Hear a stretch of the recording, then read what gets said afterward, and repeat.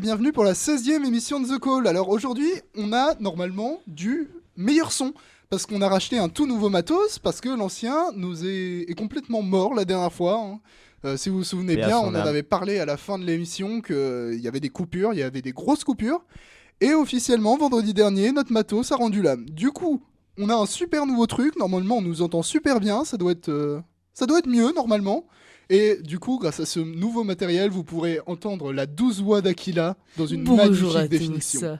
Ça va, Akila? Très très bien mon cher Hugo, comment vas-tu toi depuis le temps Fatigué à cause du bac blanc, mais ça va, ça va. Ouais, t'en fais pas, tout le monde l'est.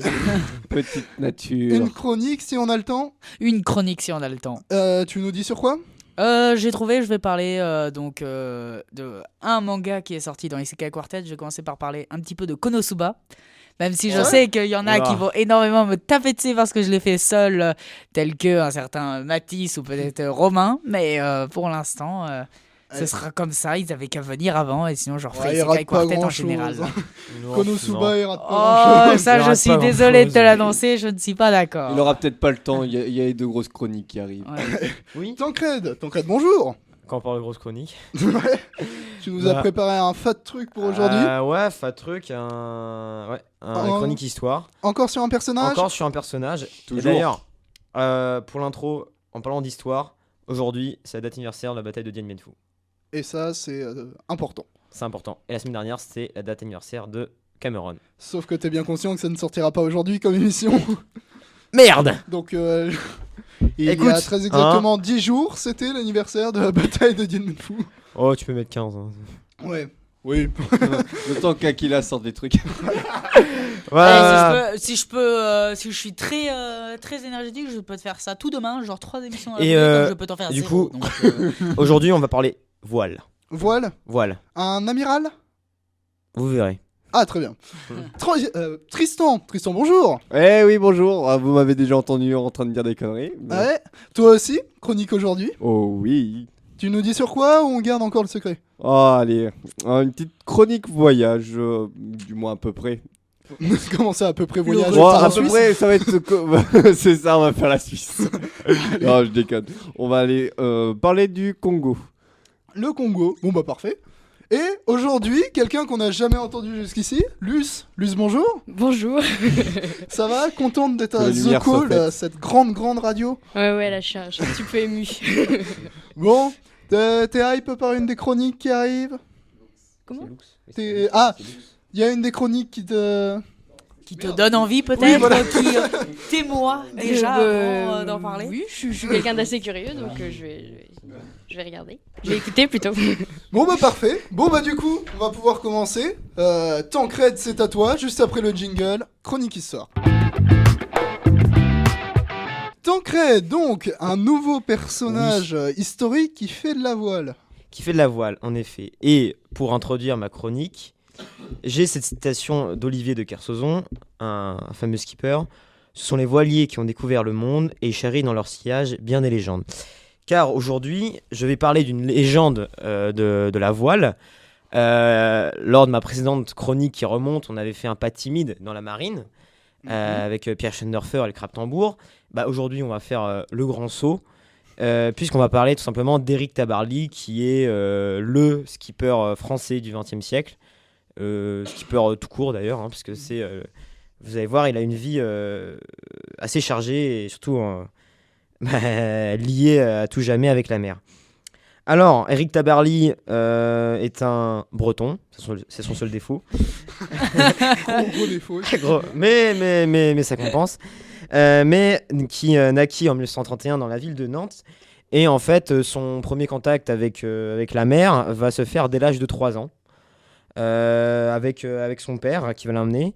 Et c'est notamment en 1938, donc quand il n'a que 7 ans, que son père, Guy Tabarly, va acheter le fameux Pendwick, qui en breton veut dire petite mésange à tête noire. Un magnifique bateau qui va servir d'école de voile à Tabarly. Un bateau à la fois beau, rapide, mais à la fois très technique et physique. Et ce qui va donner tout simplement ce goût de la voile, de la navigation, ce goût des beaux bateaux aussi à Éric Tabarly. Euh, et en gros, j'ai entre guillemets le coup de foudre qui se fait entre Eric Tabarly, la mère et surtout Penduick. Et vous verrez que c'est un peu ce coup de foudre qui va l'amener là où ça l'a amené justement. Alors, avec Penduick, la famille Tabarly va faire plusieurs croisières dans les îles bretonnes, jusqu'en 1939 où c'est la guerre. Donc évidemment, ils ne peuvent plus naviguer. Alors donc l'occupation passe comme pour Eric Tabarly, c'est encore un enfant, hein, enfin enfant début adolescent lors de l'occupation. Et du coup arrive le moment de la libération. On fait un saut de 5 ans. Où ils vont voir Penduick qui lui aussi ça fait 5 ans qu'il n'a pas navigué et le bilan est un peu désastreux puisque la coque est pourrie, il est dans un état désastreux et son père veut le vendre. Mais donc évidemment Eric s'y oppose mais rien n'y fait. Mais malheureusement son père ne trouve pas acheteur. Pour la simple et bonne raison que Eric Tabarly en fait avait fait échouer une vente pour pouvoir garder le Penduick.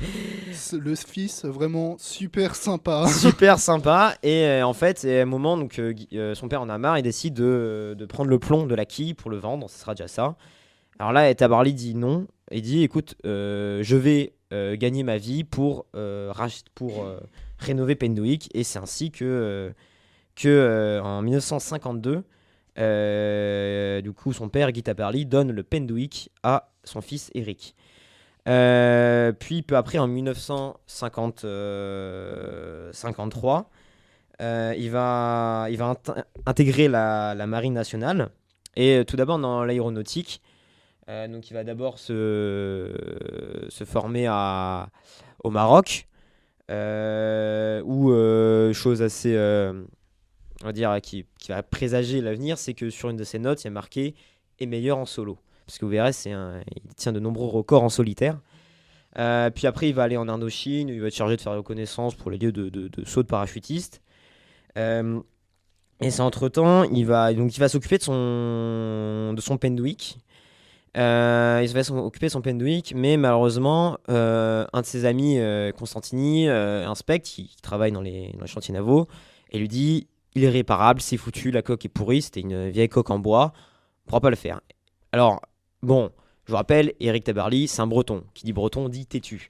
Il n'abandonne pas. En plus, comme je vous l'ai dit, c'est sa première épouse, on s'y dit. Et donc, du coup. Attends, il a épousé un bateau? Non, Faut pas au suivre sens Akira. propre. C'est une métaphore. Mais moi j'ai une vraie ok. question. Il est rentré dans la marine ou Il est rentré, alors en fait, dans la marine nationale. Et Ouais. donc d'abord dans l'aéronautique, et du coup ça me fait le lien, il va du coup en même temps qu'il va s'occuper de son Penduick, il va essayer de préparer les concours pour intégrer l'école navale, pour Ok. vraiment être officier de marine.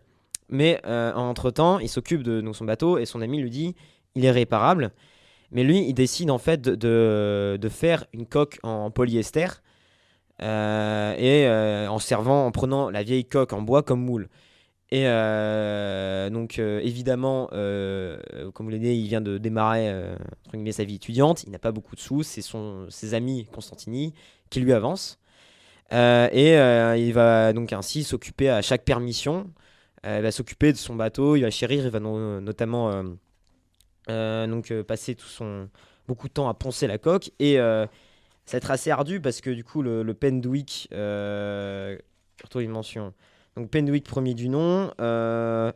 Et là, ses dimensions, donc longueur au pont 15 mètres, longueur à la flottaison, donc c'est-à-dire à la limite entre l'eau et le reste de la coque, c'est 10 mètres. Et largeur 3 mètres, tirant d'eau, donc c'est la partie immergée, 2,20 mètres. Donc autant dire qu'à cette époque, c'était la plus grande coque en polyester fabriquée en France. Tout ça à poncer à la main, ça fait travailler les bras. 10 mètres, c'était le plus gros bateau La plus d'époque. grande coque en polyester. C'était, on est en 1958. Ça aussi les débuts et faut dire que à cette époque justement la France n'est pas trop intéressée au domaine maritime. C'est justement Eric qui va redonner cet élan. Et donc voilà, donc c'est donc en gros 15 mètres de longueur, 3 mètres de largeur et 10 mètres, donc 12 mètres Non, attends. Non, largeur Attendez. 5 mètres environ, sur le côté immergé et submergé, Ouais. et 15 mètres de longueur. À peu Ok. près. Donc ça fait, et Grand Grand, en fait, il est juste seul avec quelques amis, donc ça fait assez beaucoup. Ce n'est pas français. Pas mal ça. Pas mal, t'as vu. Voilà. Mais entre-temps, il est admis à l'école navale. Donc, ce qui est aussi un de ses plus grands rêves, parce que vous imaginez bien, pour tout amoureux de la mer, pouvoir travailler dans le domaine maritime, c'est tout simplement un rêve. Et en fait, donc à l'école navale, il va notamment se faire remarquer pour ses exploits sportifs. Il va littéralement défoncer tout le monde au sport. Et en fait, je crois que c'est son seul atout, parce que sinon, il a un peu. Une quiche. C'est une quiche dans toute autre matière. Et en fait, je crois qu'il il ne doit, en fait, en gros, être officier de marine que du fait au sport et au fait que ce soit vraiment un amoureux de la mer, ce qui fait que ses supérieurs l'ont gardé. Donc après, il va faire donc une rapide. Il va terminer sa formation d'officier sur un bateau nommé le Jeanne d'Arc, qui va sillonner le monde. Et quand il revient, donc son Pendwick est terminé, donc tout refait. Il va s'entraîner avec plusieurs courses, c'est pas de la course au large, c'est vraiment la course côtière. Il va entraîner pour ce qu'il veut, pour voir ce qu'il vaut. Et entre temps, il envisage de faire la course transatlantique Nord en solitaire de 1964. Ce qui à l'époque était quand même un assez gros gros. Un voyage. grand voyage, surtout que je crois que l'Atlantique Nord est plus difficile que l'Atlantique Sud, si je ne me trompe pas. Bah, c'est plus long surtout, non? Oui, c'est plus long. Et voilà. Je crois que c'est de traverser ouest-est. Et donc il a 2 ans pour se préparer. Cependant, le Pendwick premier du nom n'est pas adapté pour la course en large.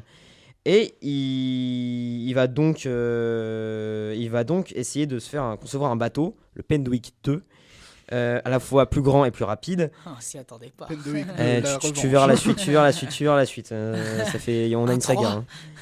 La trilogie des Pendwick. Ah non, mais je vous en dis pas plus. Et alors évidemment, c'est toujours ses amis les Constantini qui vont lui faire son bateau. Il peut compter sur son amitié pour y avancer, parce qu'évidemment, il a pas un rond. C'était vraiment des bons potes. Hein. C'était vraiment des bons potes, oui. Alors il va faire un Nous, on Pendwick. demande un kebab, on peut aller se faire foutre. Lui demander un bateau, Alors- c'est bon. Voilà. Alors concernant aussi parce je vous rappelle qu'il est toujours officier de marine, et heureusement il a des postes dans le coin. Je crois qu'il est d'abord affecté à Cherbourg, puis à Lorient. C'est qu'il a le temps de préparer sa course.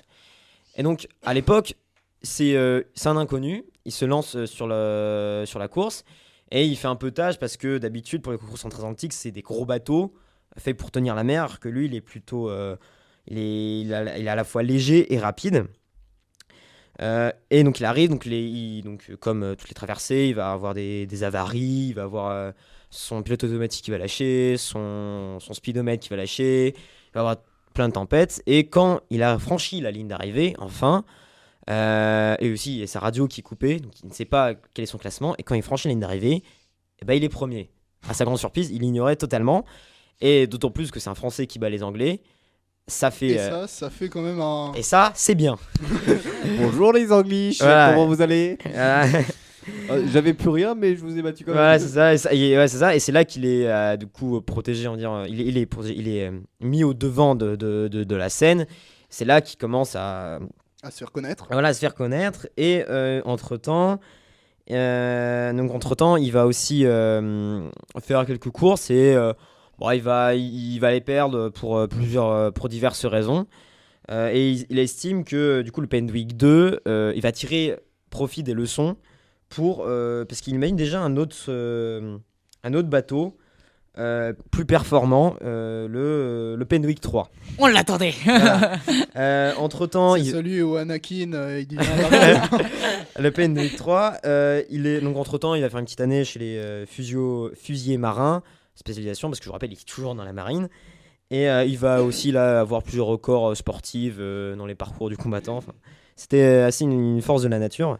Et Ouais, il il en- se débrouillait bien en sport. Et, quoi. et il en fallait et il en faut pour faire de la voile. Ouais, bah, Voilà. Et C'est pas un sport de c'est tapette. ainsi que Ah oui, la voile, ça fait les muscles. ça fait des les muscles. bras, quand Ça même. fait les bras. Ça fait les bras. Pas que. Et ensuite, c'est en 1967. Donc son Pendwick 3 et donc il finit. Il va se constituer un équipage. Donc, Ah oui, donc là, il y a un équipage. C'est donc là, il y a- carrément il y a là un équipage. c'est un gros truc. C'est un gros truc. On peut citer donc il y a son père, Guy Tabarly, son frère Patrick Tabarly. Il y a aussi, on peut citer plusieurs skippers comme Olivier de Kersauzon que j'ai cité en début, ou Gérard Petitpas et bien d'autres. Mais bon, vu que c'est des noms Ouais. connus dans le monde de la voile, mais moins connus, je pense, autour de cette table. Ça sert à rien que je les dise. Mais bon, voilà, c'est quand même pour vous ayez quelques noms. Et il va courir, il va courir 7 victoires. Merde. Il va concourir à 7 courses et il va en gagner 7.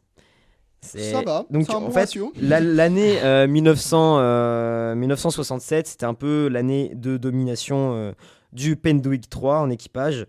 Donc avec dont je crois la plus grande épreuve c'était la Fastnet qu'ils ont gagné malgré la concurrence rude et voilà, donc c'est là que l'équipage est que c'est un peu l'apogée d'Eric Tabarly.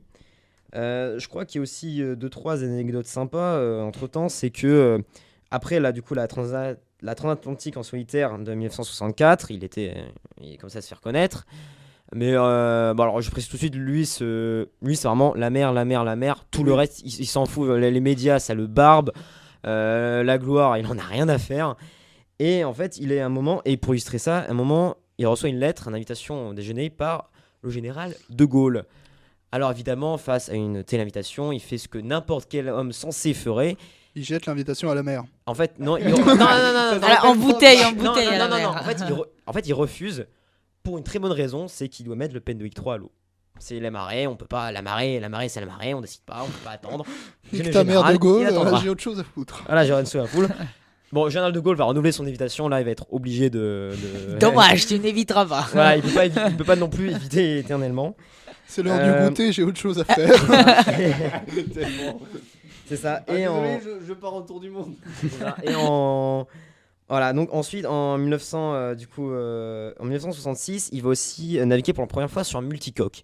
Et là, ça va être un peu la révélation. Comme un trimaran. Un trimaran, c'est ça, exactement. Et c'est un peu la révélation pour Tabarly, il a une idée claire. Pour lui, c'est l'avenir de la voile. Et qu'on voit ce qu'il y a aujourd'hui, et ben il avait raison. Donc il pense à un futur multicoque, le Pendwick 4. Yes. Yes. La famille On aura le Pendwick. cinq après. Voilà, qui donc il travaille. Il le met il le met à l'eau en mai 68. Ça c'est Ouais, bon.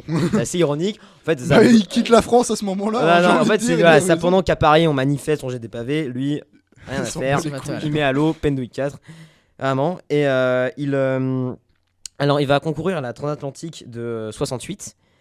Mais il est tenant du titre puisqu'il a remporté la précédente. Mais malheureusement, il part en tête, mais il va se faire percuter par un gros paquebot. Yes. Heureusement, le bateau est impacté et il est obligé d'abandonner. Son Pendwick 4.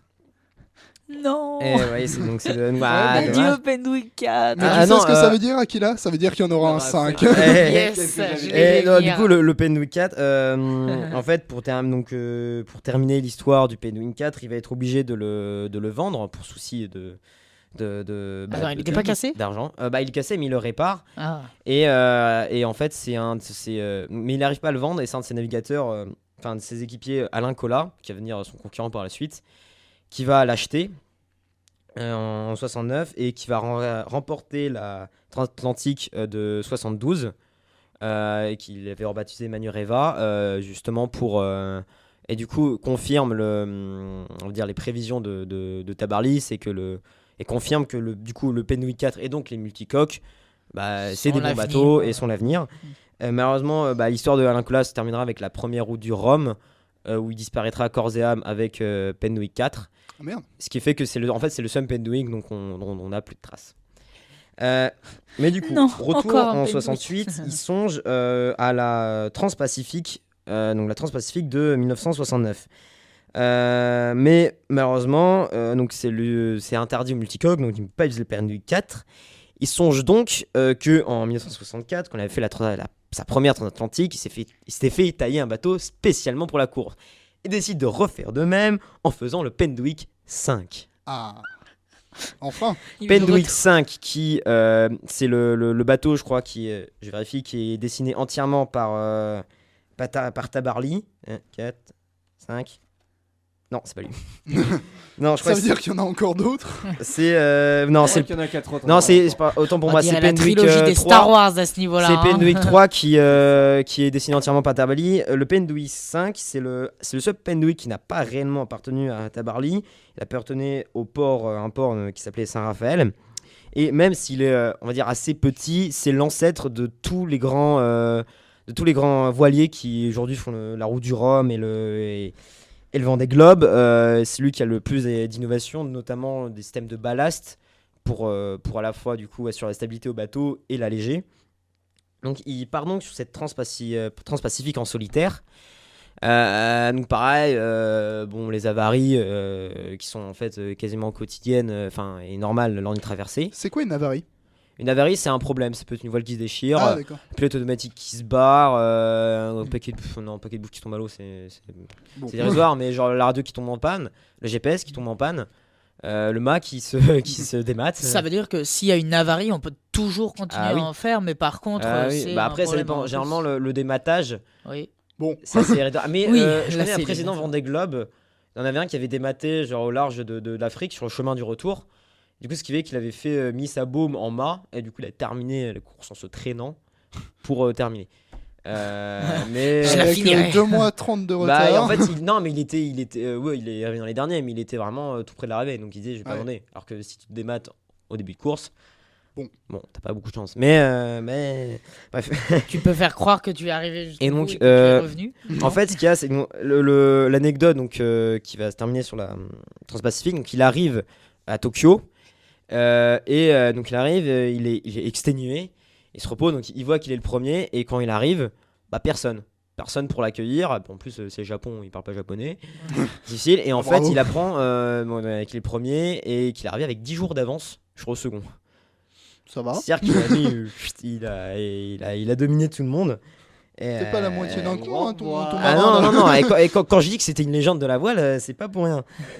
Et Y a-t-il quelqu'un ici? Non. Non, merde, je me sens tout seul. voilà, c'est ça, mais il est arrivé avec 10 jours de. Le second, il a plus d'entrain parce qu'il y a plus de gens qui ont pu s'y attendre C'est que ça. le premier. C'est dommage. C'est ça. Et ensuite, ensuite, on passe en 1973 où il y a la fameuse Whitebread. C'est un tour du monde en équipe par étape. Explique-nous un peu parce que par étape. En c'est gros, quoi, par c'est-à-dire exemple là, en fait, le tour du monde, le Vendée Globe, ça se fait sans étape. C'est-à-dire que les navigateurs, les skippers, ils sont tout le temps en mer. Ils ne font pas escale. Alors que D'accord. par étape, tu as des escales.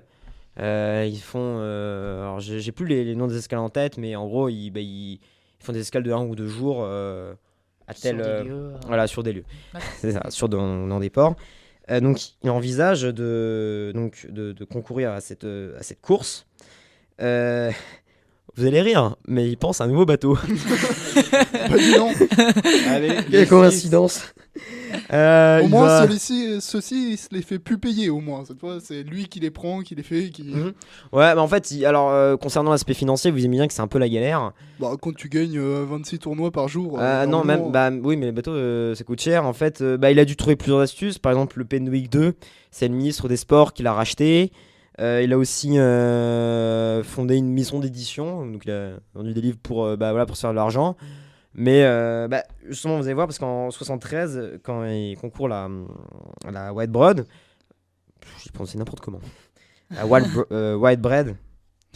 Le pain blanc. La bread, je crois, la barbe blanche. Non, je sais plus. Whitebird. Whitebird. J'ai qui Ouais. Mais j'ai. Donc pas le pain Attends, blanc, finalement. c'est ça. Non, c'est pas ça. Est-ce Non. que c'était pas une très belle référence à One Piece que tu nous as fait là?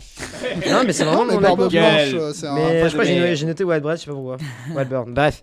Alors malheureusement, lors du coup de la première étape, ils sont en tête avec 4 jours d'avance sur le second. Tranquille. Mais malheureusement, en pleine nuit, ils vont démater.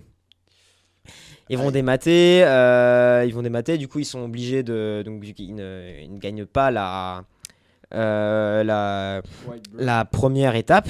Eh non, il va pas arrêter tout de suite, hein. Oh, t'es fou. Il va pas arrêter tout de suite. Ils font justement livrer un mât, je crois, par hélicoptère pour faire une réparation. Enfin, c'est vraiment un truc de dingue. Évidemment, du coup, ça coûte cher et je crois qu'ils frôlent le redressement fiscal à ce moment-là. Donc, c'est assez compliqué. Et lors de la seconde étape, ils déchirent un nombre incroyable de voiles. Enfin, bref, c'est la galère. Et la troisième étape, ils redématent. Donc là, c'est fini. Donc là, c'est là qu'ils rentrent. En fait, ils abandonnent la course et rentrent en France. Ils partent de Sydney et rentrent en France, je crois. Et ils mettent en mettant leur baume en tant que mât. Et j'ai vu dans interview, il dit on fait quand même des pointes à 9 nœuds. Donc 9 nœuds, bon, alors pour un bateau de course, ça peut sembler dérisoire, mais pour ne serait-ce qu'un bateau de plaisancier, ça fait déjà une bonne pointe. Quand tu sais qu'il fait ça alors qu'il n'a pas de mât, ça donne une idée niveau. Un nœud, c'est 1,8 km/h. Bateau, c'est ouais. pas mal. Un bateau, c'est très bien. Après, ça dépend quel bateau. Mais... à peu près. Quoi 17 km/h. Voilà, à ça peu fait 10 près. km/h. Aujourd'hui, les Vendée Globe, ils font, on va dire, 15 nœuds de moyenne et 20 nœuds de. Ouais, quand ils sont. Mais maintenant, ils ont plein d'innovations. Parfois, ils planent à 30 nœuds, 40. Des fois, ils s'envolent. Ah, mais vraiment, hein. J'en parlerai à la fin. Comment ça C'est ce qu'on appelle un avion, ça. C'est un peu différent. Ils trichent, hein, tes potes là au Vendée Globe. Non, mais juste, ouais, parce que. Bon, bref. Oui, Il va, continue. Ça sera plus une course sur et- bateau, ça sera une course d'avion. Donc Concorde. il va être obligé d'abandonner et en fait alors j'ai pas vérifié mais en fait je crois qu'ils arrivent donc ils ont abandonné la course mais ils arrivent quand même avant le premier. En fait ils ont abandonné la course, ils sont rentrés en France. Je crois qu'ils sont arrivés justement avant le premier du coup de la course. Oui, mais ils ont pas pris le même chemin. Mais non, ils ont pas pris le même chemin, ils sont arrivés Oui. plus tôt justement alors qu'ils avaient plus de mât. Mais ils avaient en gros troisième étape. Le mât a cassé, c'est foutu, on abandonne la course. Ouais. On met notre baume en tant que mât et on rentre tranquillou à 9 nœuds en France. Et quand ils arrivent avant le vainqueur de la course. Mais vu qu'ils ont abandonné, ils sont plus. Ah oui, alors que s'ils avaient pas abandonné, ils auraient quand même gagné. Bah, on sait pas, hein, c'est avec des sirop mis à part la bouteille, mais ils ont un peu le seum pour le dire vulgairement. Voilà, et Non. T'as encore beaucoup de. j'arrive vers la fin, après ça va. Ouais. Ok, j'accélère.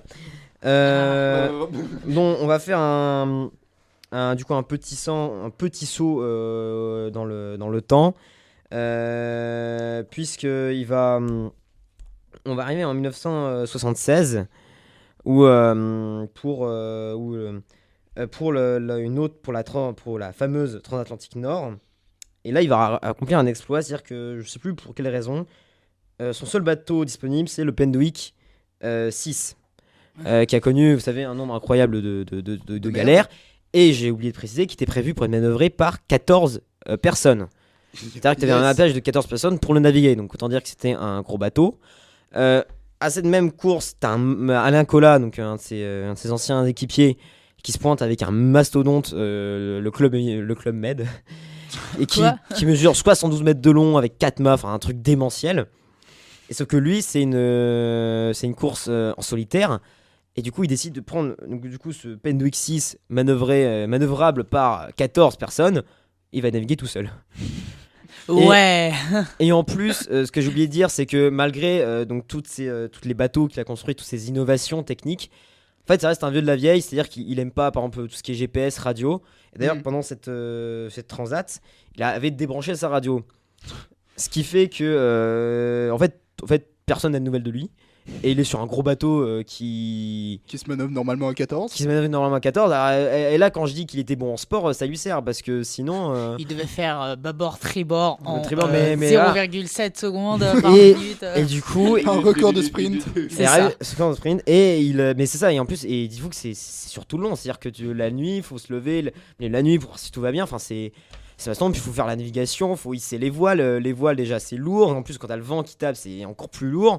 Enfin bref, et en plus, Avec la pluie battante. t'as la pluie, tu te prends des flots dans la gueule, c'est horrible. Et voilà, donc là, T'as un quand bateau de 14. voilà, un bateau de 14, et il arrive premier, avec 2 jours d'avance sur le Mais second, C'est un triché, génie. c'est pas qui est possible. Alain Collat. Et C'est pour ça qu'il débranchait sa radio. c'est ça, et mais c'est ça, mais c'est voilà, faut dire que c'est quelque chose de. Tout est dans les bras, les gens. Tout Mais est dans les bras. voilà, les gens. mais il était quand même exténué. Avec une bonne dose d'abdos. Mais je crois il a raconté un moment, il était un peu dans les vapes et il s'est dit, oh, je suis paumé, je fais demi-tour. Puis après, il s'est dit, non, mais qu'est-ce que je fous Il s'amusait à faire des petits tours Ouais, en plus. voilà, puis ça fait des tours. Je m'amuse à faire des rondolos. Puis même- Oui, en pleine course. Puis même, je crois que j'ai entendu dire qu'à un moment, genre, il faisait une manœuvre au mât, puis il était tellement crevé, genre qu'il s'est attaché au mât et il a fait une sieste d'un quart d'heure que je sais pas parce qu'il était tellement crevé qu'il pouvait plus bouger. mais en même temps, Dodo. non, mais voilà, imaginez-vous un bateau. Attends. Ah, mais on imagine très bien, il est taré, Non, c'est tout. tranquille. Un Voilà. bateau de 14 que tu dois gérer tout seul. manœuvrable demi-tour. par 14 équipiers, il manœuvre tout seul. Plus forcément, les manœuvres, ça prend du temps et tout. Enfin, et il réussit l'exploit donc de gagner. Et c'est là en fait qu'il va être un peu au fait de sa gloire. Il va être, je crois, fait officier la Légion d'honneur. Il va défiler sur les Champs-Élysées pour dessiner des autographes. Mais forcément, parce qu'Eric Tabarly, lui, je lui dis, il s'en bat les est couilles. pas à l'aise. Non, mais aussi, il est pas à l'aise quand il y a trop de monde. Et puis Ouais, même, et, agoraphobe. et surtout, il avait pas aussi une très bonne relation avec les journalistes. C'est-à-dire qu'il leur posait. Les antécédents. Non, mais surtout parce que en fait, lui, il était. Bonjour, allez vous faire foutre, bande de connards. Non, mais Tu m'étonnes qu'il non, mais en court fait, vite. il posait des questions et il faisait. Et en fait, je crois qu'il y a plein de passages. Il fait oui. Oui. C'est, Voilà parce qu'en fait, il lui disait lui-même, bon, ils aiment pas trop. En fait, les journalistes n'avaient pas fait leur travail. C'est-à-dire que lors de sa première transat en 64, il s'était pas renseigné sur la voile et tout. Ce qui est qu'il posait des questions un peu débiles. Par exemple, que pensiez-vous au milieu des éléments déchaînés à la course? Voilà, tout simplement. Non, tu ne penses pas, t'agis. Voilà, t'agis, tu penses à la course, tu penses à régler les voiles, enfin voilà. Et voilà, et en plus, c'est un peu Tu l'image. penses à ta survie. Voilà, puis c'est aussi un peu l'image du breton taciturne qui est un peu Ah, renfront, c'est un peu- breton. c'est breton, mais voilà, qui est pas à l'aise dans une interview, alors que pourtant, quand on le lançait sur des termes techniques sur les bateaux, là, il était parti. Et il est encore vivant, ton ami Tabarly, là? Justement, on va arriver du coup à la fin. Du coup, on est en 76. Enfin, Dit Ouais. comme ça fait peur quand même. non, bah à la fin de ma chronique. En 76, du coup, il gagne cette fameuse transat, du coup en Penwick 6. En 1980, il va battre le record de l'Atlantique, avec qui lequel n'était pas battu depuis 1905. Entre 1905 et 1980, personne n'a battu le record. Ça va. Donc ça va, il le fait en une dizaine de jours, mais en fait, il reste assez modeste parce que pour lui, non, mais battre un Après record. tout, il avait déjà manœuvré un bateau de 14 non. personnes tout seul, donc Non, bon. non, en fait, non, mais son raisonnement c'est simple, c'est qu'il dit en mer, t'es tellement dépendant des éléments de la météo de la mer que en fait là j'ai un peu eu un coup de chance. Alors que sur une course, on a tous les mêmes conditions, il s'agit de faire mieux que les autres. Ouais. C'est pour ça que lui, il préfère les courses au record. Cela n'en reste pas moins un exploit. Après, il y a aussi les Ouais. innovations techniques Ouais, des bateaux. bah, en Plus les bateaux 1900 vont vite, plus tu vas aller vite sur une course. Mais ouais, c'est ça. Bah oui, mais il faut savoir le contrôler aussi, ton bateau. En fait, Oui, voilà. surtout c'est les GPS qui a changé pas mal de choses parce que. Mais en fait, lui, ça servait à rien parce qu'ils étaient tous au sextant. Mais Au sextant et aux étoiles, il est en mode. Alors, ouais. je suis ici. par là. donc, Voilà. Ouais. Enfin, voilà, mais en gros, c'est. Bah, il y a rien de mieux que les étoiles parce que Ouais, jamais. non, elles mais- ne non, mais bougeront ce que juste sans- maintenant, En le- GPS, ça marche très bien aussi. Hein, Un t'inquiète. un GPS, mais maintenant, mine de rien, parce que quand vous êtes en pleine mer, vous n'avez pas de la terre à vue pour prendre des points de repère, bah vous savez pas où vous allez. En plus, le bateau, vous êtes ballotté par les vagues et le courant, les vents, il fait des zigzags. En plus, si ton pilote automatique lâche, bah, c'est la merde. Enfin, voilà, donc c'est pour ça que Oui, c'est devenu une course de flemmard. Ah, c'est- Une course de branleur. je n'irai pas jusqu'à dire ça parce que bon, on n'est pas à l'abri d'un ématage. Mais voilà. Mais tout simplement pour dire que en fait, la voile d'Eric Tabarly. C'est la voile à c'est toujours, l'ancienne, c'est la vraie voile. c'est toujours le même esprit que la même voile aujourd'hui, mais tellement de choses ont changé que Ouais. justement ça rend ses exploits mais incroyables parce que voilà, tu dis voilà, mettre un bateau de 14 personnes tout seul, sans radio, sans GPS, tu dis le gars, ok, c'est tombé, c'est trop fort pour moi. Voilà, donc bon, on revient donc en 1980, record de l'Atlantique. Entre temps, malgré le fait qu'il passe énormément de temps avec ses bateaux et sur la mer, il va quand même se marier. Quoi Ouais, Sur il va quand même bateau. se marier, avoir une fille, c'est assez. Nani Voilà, tu dis, mais il arrive quand même à fonder une famille. Il va courir aussi diverses courses. La dernière qui va concourir et gagner, c'est la Transat Jacques Vabre avec Yves Parlier sur le bateau Aquitaine Innovation.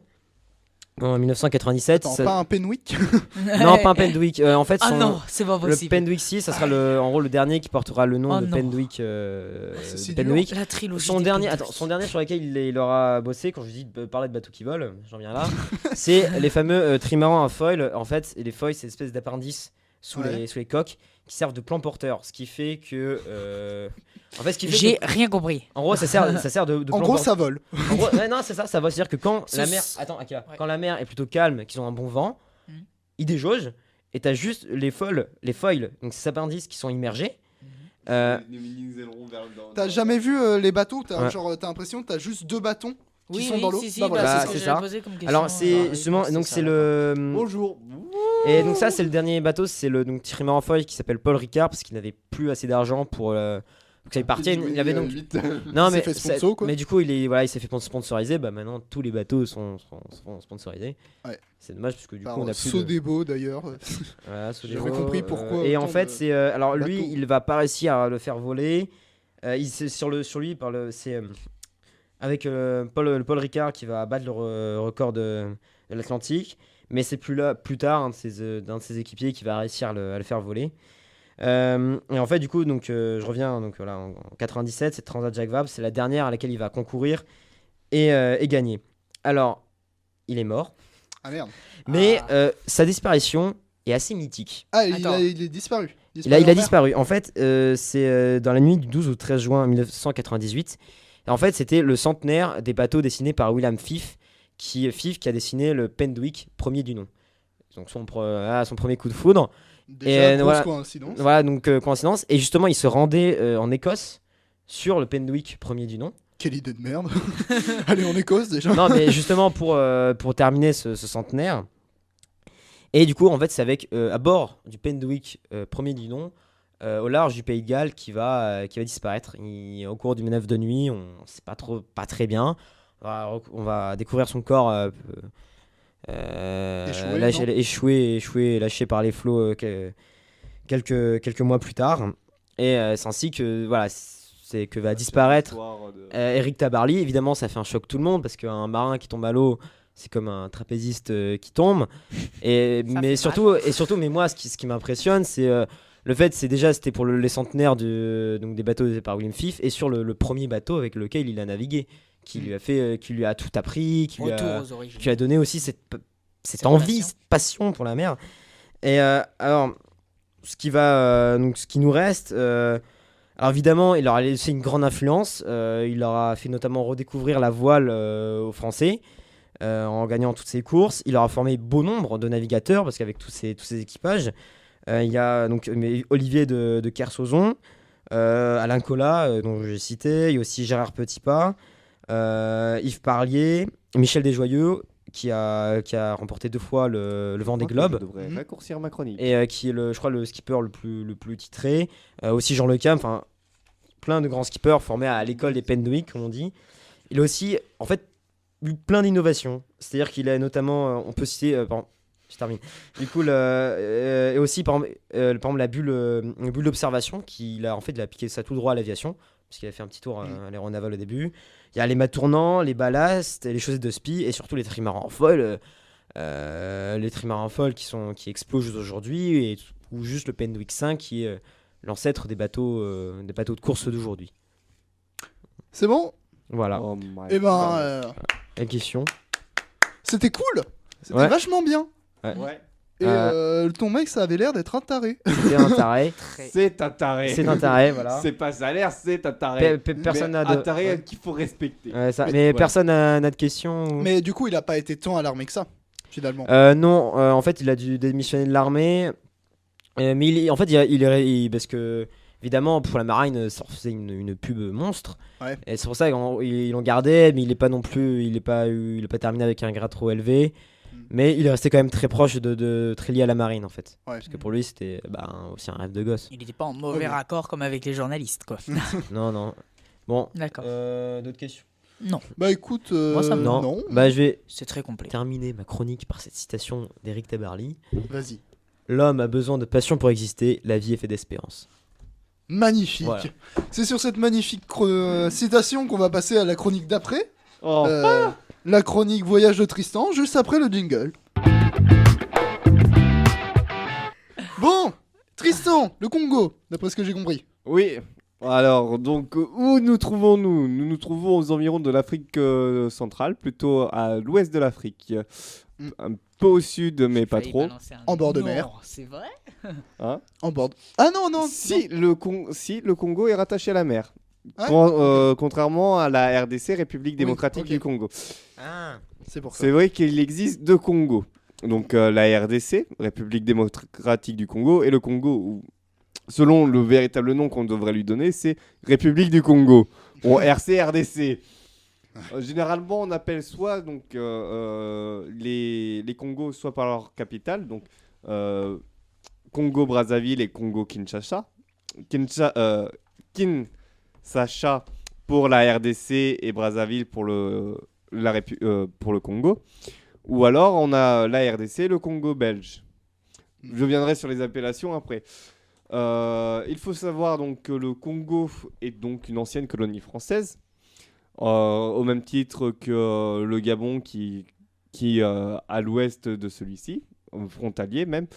Comme beaucoup de pays d'Afrique Oui, au moment de la Il n'y colonisation. avait pas aussi un Congo belge? Si, c'est ce qu'il a dit tout à l'heure. Le Congo, c'est le Congo belge, du fait Malheur à moi. du nom de la capitale Brazzaville, qui vient justement de l'explorateur rallié à la France, qui était Pierre Savargone de Brazza, qui était franco-italien, mais en fait, on dit que le Congo, le Congo belge, parce que en fait, c'était des entreprises, l'État français offrait des portions, entre guillemets, louer ces portions de terre d'Afrique aux entreprises qui devaient leur donner 15% de leur rémunération à l'administration française.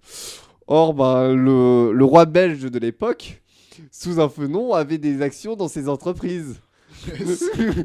Quand il est mort et que ça a été révélé, les Français étaient en mode, attends, nos pays en train d'être exploités par un autre pays. Non, mais les Belges, de toute façon, c'était un peu des tarés. Voilà, sachant que c'est quand même le roi belge qui faisait ça, quoi.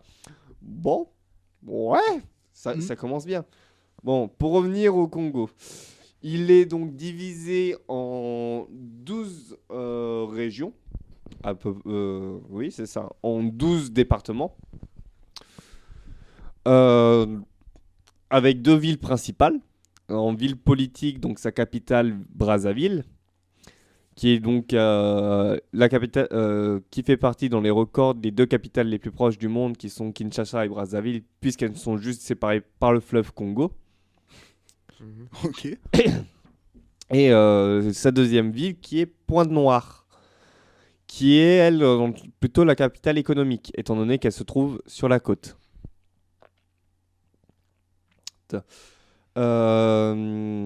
Niveau donc de l'histoire, donc ça a été d'abord en différents pays, royaumes, donc tribaux aussi, en ayant tout ce qui est pygmée, mais aussi en ayant deux grandes factions. avec le royaume de Loango et le royaume Tio. Quoique, non, attendez. Alors, Non. il faut déjà que tu nous réexpliques peut-être l'idée des royaumes. Bah, Parce que j'ai pas très bien compris Oui, pourquoi. c'est un pays, c'est un département. le Congo, avant la colonisation française, Ouais. hein, comme la plupart de l'Afrique, était divisée en leurs propres tribus, en leurs propres royaumes, comme la France, comme l'Europe avec ses Oui. différents royaumes, l'Allemagne avec la Prusse et ses autres Mhm. départements, ses différents royaumes. Voilà. Ouais. Ah, d'accord. La colonisation a détruit, entre guillemets, a pris sous son aile les royaumes en leur disant nous sommes maintenant vos chefs et ainsi dessiner la carte de l'Afrique comme on la connaît aujourd'hui. Mm. Mm. Voilà. Donc il y avait différents rois, différents peuples, différentes civilisations donc qui ont plus ou moins des traces encore aujourd'hui. L'Afrique a un passé assez mouvementé, donc. Et le Congo n'échappe pas à cette règle, avec des guerres civiles qui se sont terminées donc assez récemment, dans les fins des années 90,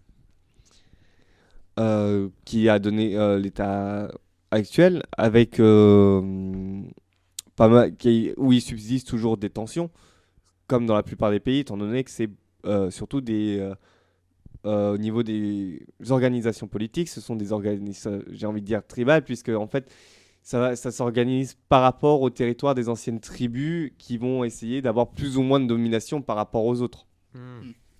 Et ça s'organise un peu comme ça. Elle n'est pas préparée du tout. Donc, le Congo l'indépendance du Congo va être déclarée en 1960, le 15 août. Hein. Et donc va commencer à vivre sa vie à partir de ce moment-là. Hein. Donc son économie serait déjà en grande partie développée grâce aux industries. Va être donc tout ce qui est économie coloniale, donc ça va être le caoutchouc, le sucre, l'ivoire, et pendant un temps. Sauf que donc avec les réglementations d'aujourd'hui, ils ne peuvent plus compter sur certaines de ces ressources, telles que l'ivoire. Mhm. Les bois rares, ils doivent y faire attention.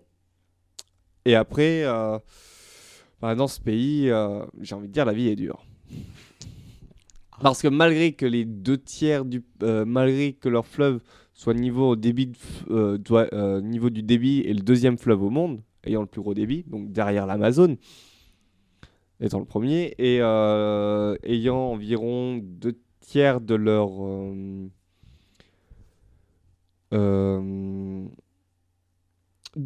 leur pays recouvert de forêts.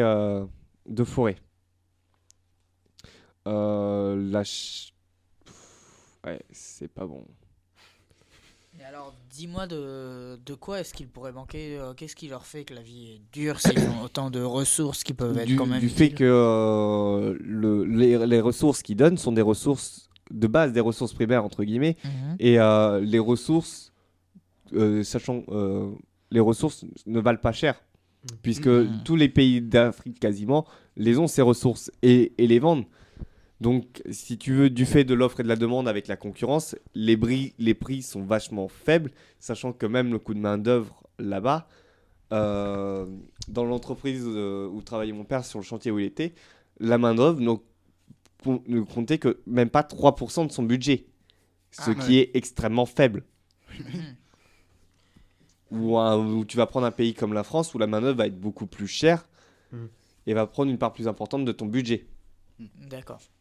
Sachant que derrière, en restant sur l'entreprise de mon père, là où il travaillait, par exemple, en prenant le pétrole qui était 18% de son budget, il avait des vols au début, il perdait 48% de ce qu'il achetait en pétrole, ce qui était énorme. Il Perdre perdait la moitié. C'est quasiment la moitié de ce qu'il achetait en pétrole était volé. Donc voilà. le pays, certes, a 2 tiers de forêt, mais il faut se dire que certaines parties sont désertiques, arides. Bah c'est... Oui, non, j'allais dire une connerie. Mais Bah, c'est au sud du Sahara, mais il Ouais, ne il est côtoie quand pas même- il ne côtoie pas le Ouais. Sahara. Mm. C'est, ça que j'allais dire. ça serait plutôt style de la savane, de la brousse, mais qui ne serait pas Ouais, arabe. c'est pas de Et la juste- terre exploitable, quoi. C'est Ouais. ça. Et j'ai une question, tu parles du coup de quel Congo? Pas de... Du Congo belge. Le Congo belge. Et justement, c'est du coup là, c'est quel régime là-bas? C'est une république. La République? Dans les deux cas, c'est une république. Après, Oui. qu'est-ce qui les différencie je dirais plutôt au niveau après des ennemis et peut-être des politiques et de la façon de faire. Mm. Et après, peut-être au niveau aussi de la colonisation. Et puis, puisque je crois que la République démocratique du Congo, est-ce que c'est plutôt anglais? Je crois que je crois que c'était anglais. J'ai un doute. Oh, ça sera pour une prochaine chronique, je pense. Ça sera ça. Là, je fais une petite chronique Congo et c'est bien. Je n'ai plus mes dates. Je ferai une chronique sur la République démocratique. Comme ça, on aura les deux côtés Ok. du Congo. Continue à poser des questions. Ça sera mieux pour moi personnellement. Mais J'avoue que là, dans l'idée. du coup, Et t'as vécu au Congo? Oui, j'ai vécu 1 an. Donc à Brazzaville particulièrement, en allant donc sur la Basie où travaillait mon père. Et la route, c'est pas top. Yes. D'accord, mais parce que mais parce que du coup le Congo belge, il a quel lien maintenant aujourd'hui avec du coup la Belgique ou la France? Ben, à part les anciens accords de colonisation et les accords de marché qu'il pourrait avoir, il n'en a plus tant que ça. La langue française au Congo est considérée comme langue refuge Mhm. du fait que les gens du Nord, parlant moins bien la langue tribale du Sud, vont plutôt parler français et inversement. Ça permet, en fait, lors des tensions sociales, lors des dernières crises qu'il y a eu, Mhm. pour éviter pour que les Congolais gardent leur anonymat d'une certaine manière, ils parlaient en français. Comme ça, les personnes avec qui ils parlaient ne savaient pas s'ils venaient du nord ou du sud, à quelle ethnie ils appartenaient particulièrement. Puisqu'il faut D'accord. se dire qu'il y a environ une quarantaine de langues au total au Congo. Donc, Pourtant, c'est pas si grand que ça, le Congo, par rapport à la République démocratique du Congo. Oui, c'est pas si grand, mais Et, c'est une multitude de territoires qui ont été mis sous le joug français, hein, du colonialisme français, puis qui a été découpé après plus tard. ouais, mais D'accord. Dont certains territoires ont été enlevés ou divisés en deux entre deux pays, par exemple. Ouais. Certains pays frontaliers au Congo et au Gabon, peut-être qu'avant leur territoire était un territoire à part et leur territoire est divisé en deux aujourd'hui. D'accord. Mais du coup, il y a beaucoup de conflits d'ethnie dans le Congo belge ou Oui, ben, comme dans beaucoup d'autres de pays africains, en particulier sud de l'Afrique, tu as beaucoup de conflits d'ethnie du fait du fait de leur origine. Mm. C'est comme aujourd'hui avec le nationalisme français. On rejette. Oula. Oui, Ouais, mais- on rejette les Français qui viennent d'ailleurs, mais est-ce que pour autant, est-ce qu'ils ne sont pas autant français que nous qui naissons en France? Ouais. Non, mais on Voilà. est tous d'accord ici pour dire que le racisme, c'est de la merde. Hein. Je Voilà. pense que Oui. tu vas pas... Voilà, et ben. on va c'est- pas avoir un grand beaucoup débat de tensions pour contre. Beaucoup de tensions sociales sont faites à ça. C'est juste que là-bas, les points de vue sont différents. Quand on regarde l'Afrique du Sud, par exemple, qui a Mais, des problèmes absolument incroyables en ce Oui, moment. en temps de Mais tensions sociales, oui. Mais c'est que du énorme. coup, moi ma question c'est du coup vu que toi apparemment t'as vécu, t'as dit 1 an dans ce Congo Oui, mais belge. j'étais même, si je me trompe pas, lors de c'était l'attentat contre le président actuel, si je me trompe pas. Yes. J'étais encore à Brazzaville, ça a bouclé des kilomètres de ville. Ouais. Et les explosions se sont fait ressentir à Kinshasa, où les hôtels qui étaient hôtels en construction et hôtels, les vitres ont explosé.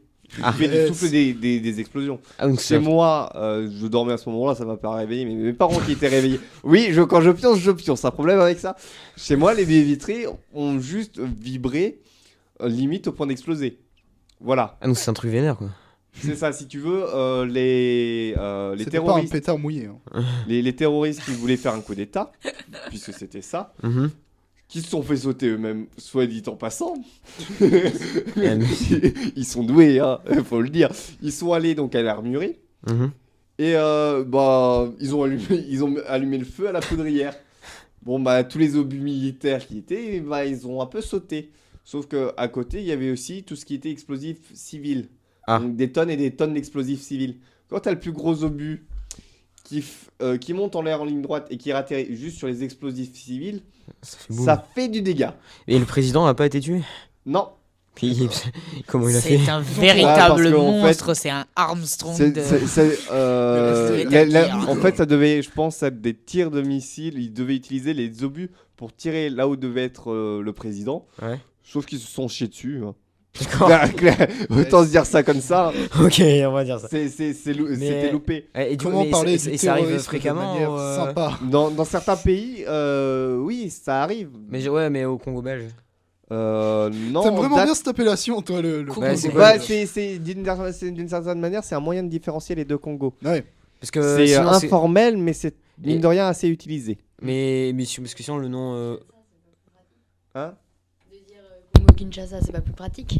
Le Congo-Kinshasa, ça va être la RDC. Et Oui, RDC, Congo- voilà, Congo- c'est déjà un acronyme qui est déjà plus rapide et qui déjà dit pour le Congo, afin de bien différencier les deux Congos, soit on va dire Congo-Brazzaville, soit on va dire Congo belge. Du fait de l'histoire avec On va appeler le ça roi de Belgique qui Le aurait. Congo B. Le Congo B, comme ça. Il y a Belgique. le Congo A, B et C. Bref, non, mais du coup- Brazzaville est belge. Mais du coup, est-ce Oui, que aussi. ma question, est-ce que ça arrive fréquemment au Congo B? Euh, Inventons des Enfin, appellations. j'ai pas eu j'ai pas remarqué aux informations, j'ai pas eu plus de nouvelles que ça et même Ouais, mais de toute bon, les façon infos dans les pays françaises, pour les c'est- affaires internationales, ils sont un peu pétés. Hein. Oui. oui voilà Mais, à ce que je sache non il n'y a pas eu récemment de ouais. nouvelles mais de toi, de ton expérience, t'as pas l'impression que genre c'était un pays tout le temps ravagé par par des attentats ou par des Non. conflits d'ethnie non. mais conflits d'ethnie plutôt oui.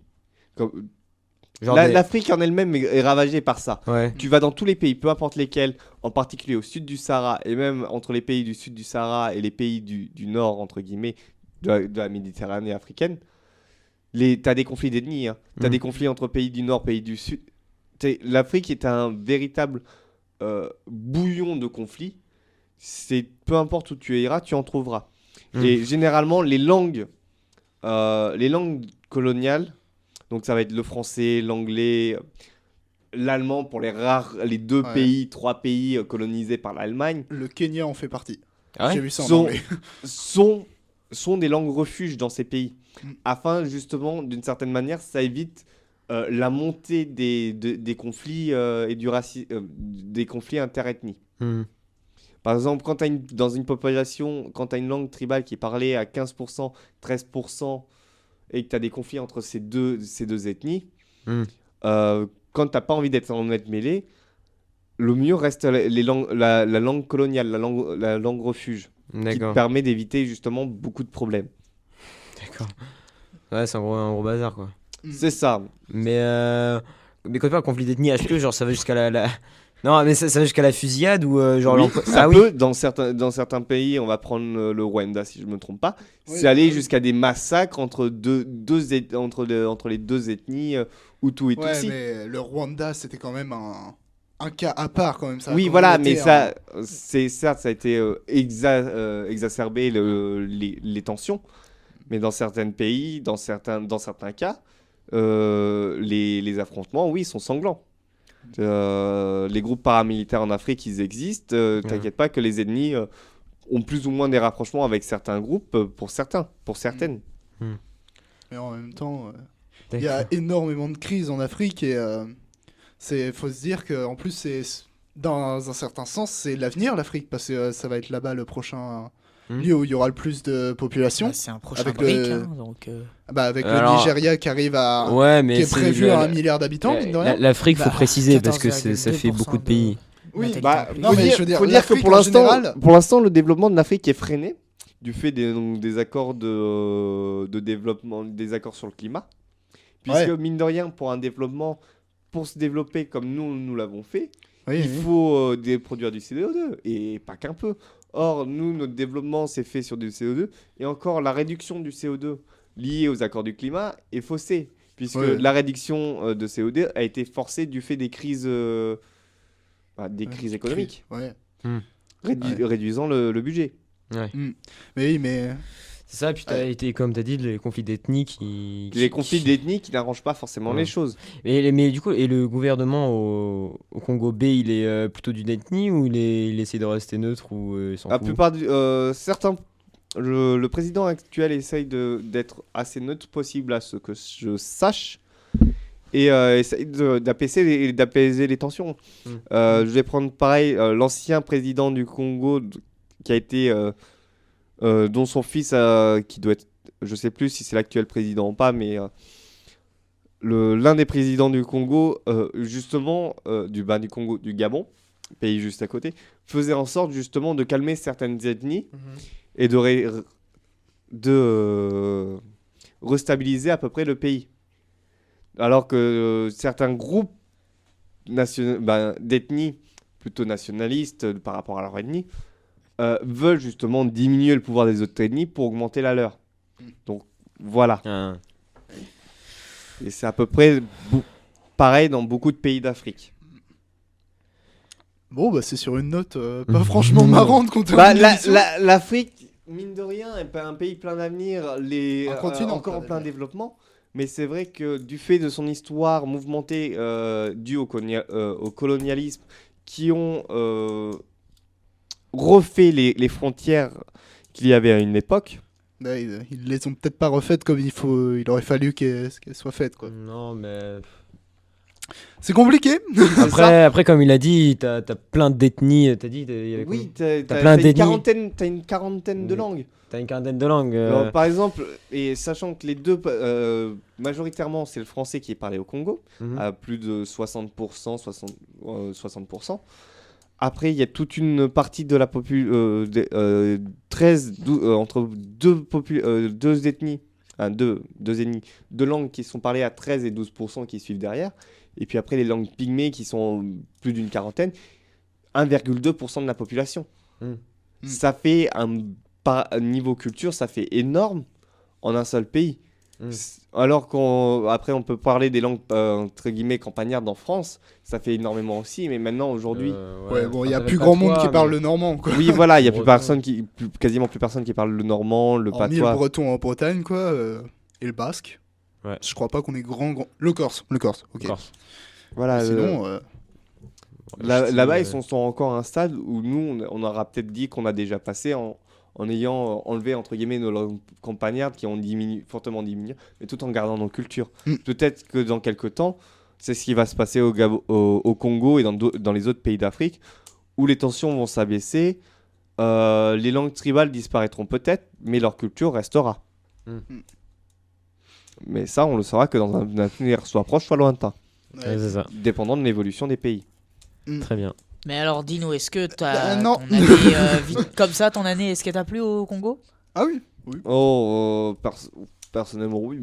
Étant donné que je voyage beaucoup, je me plais partout où je vais. Donc, Ouais. mais Mais je trouve des choses sympas. du à coup, la faire. question, est-ce que l'Afrique, il y fait bon vivre? Fait-il bon vivre en Afrique? Vous avez 3 heures. Oui et non. Réponse Cette dans un réponse prochain normande. C'est une Réponse à la combi- normande.